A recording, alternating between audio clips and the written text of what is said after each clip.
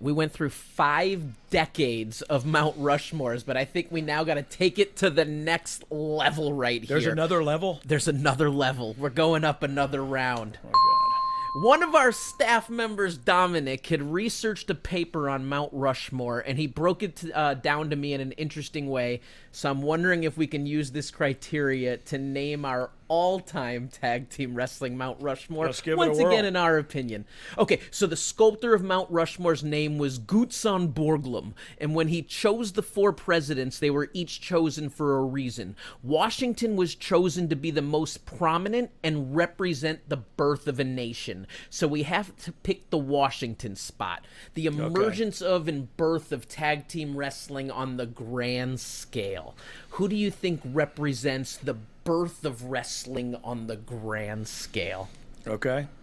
Do I have to say go now? Oh, yeah, I think we go each one. It'll be easier to do Son this. of a bee sting. I mean, this is Man. a tough one. So the one about the, what was the first, that was Birth of a Nation? Birth of a Nation, exactly.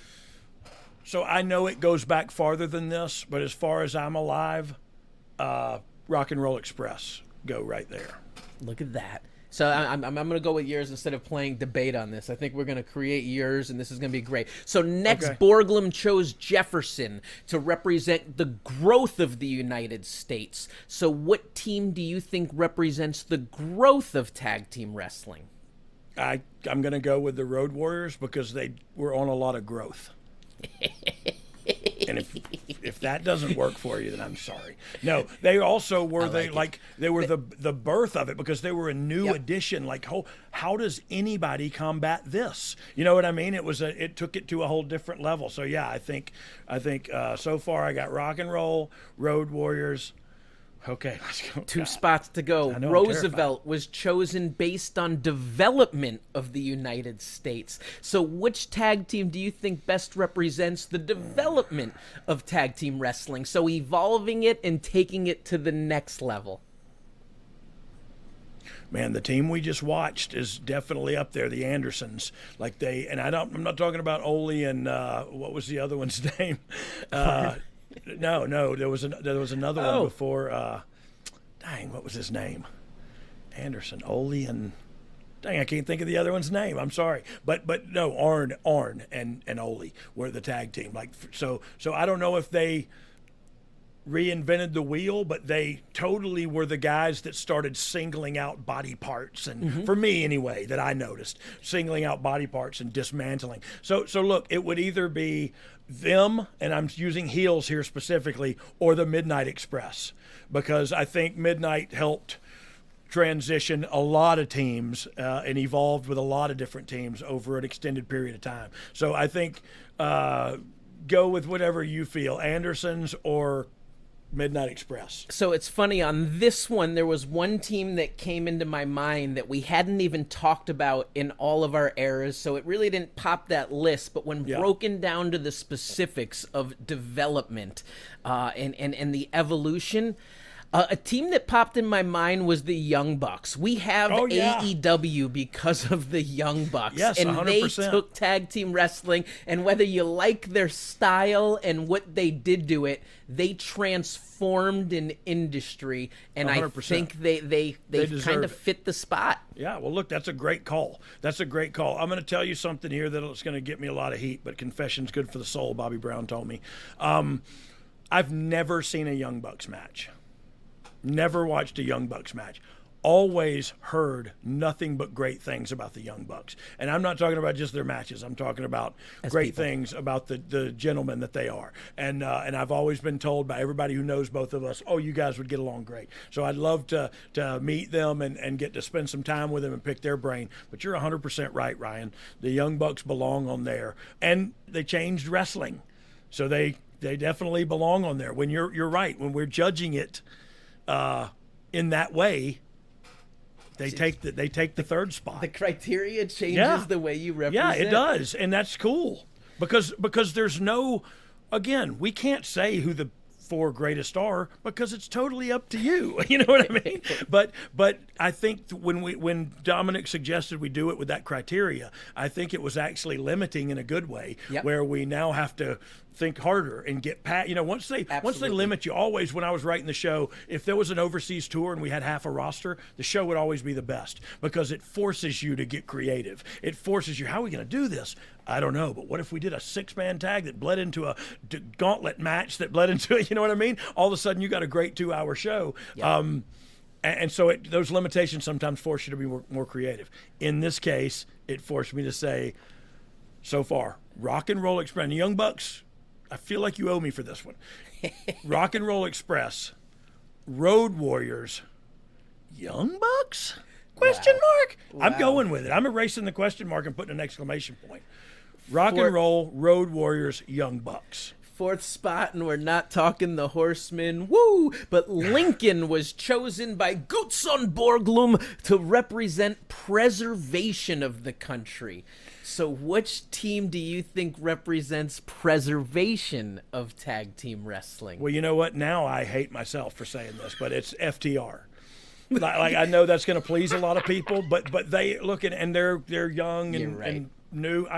I'm right, and I'm okay with being like the old. I got love for the New Age Outlaws to be up there. I just don't think the New Age Outlaws did any of those things that you just read through, which is why Gorskov Bliskenstuken was making those people and putting them up there. Dax and Cash have a mission to carry forward of tag team wrestling. And what, no matter what you think about them, you got to respect that. And if you don't, you just don't respect the business, I feel like. Or at least the tag team aspect of the industry.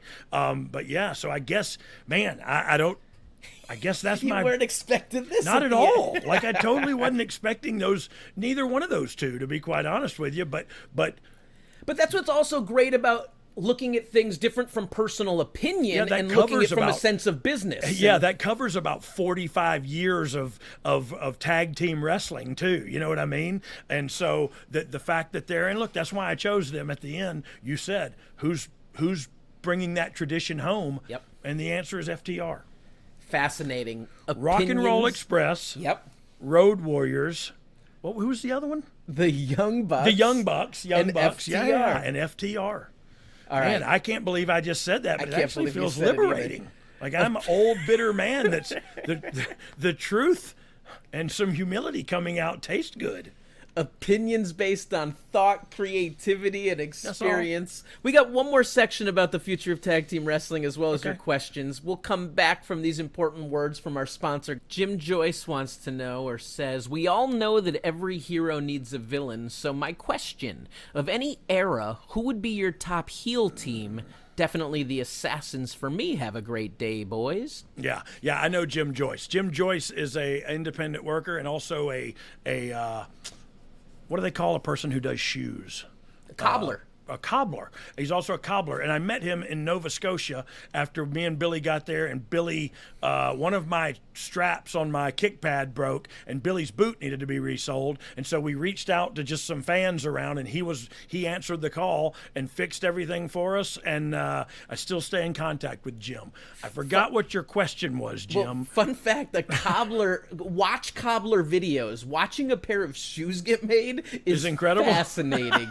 Like there's so much fine craftsmanship involved in stitching and cutting the leather, especially and a forming nice shoe, and right? shaping. Yeah, and a nice leather shoe. Well, so Jim's question was about the heel tag team. Yeah.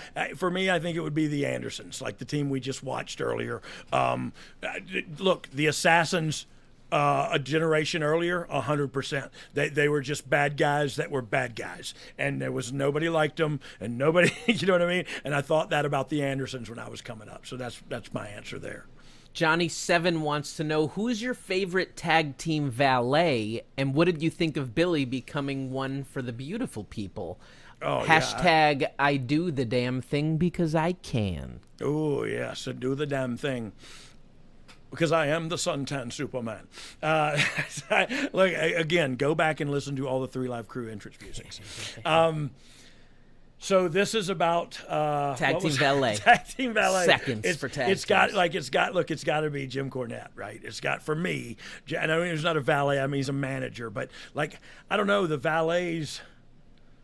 Let me think about it real quick. Tag team wise, I count Valet as seconds and managers. And yeah. It could be a woman or you know what I mean. But look, Scary Sherry was good with Harlem Heat in their time there together. Scary Sherry was good with a lot of people, but that was the only tag team I could literally think of at the time. But yeah, I love Scary Sherry too as the human being. She was a great person. I always loved to see her. So yeah, I'd say Scary Sherry.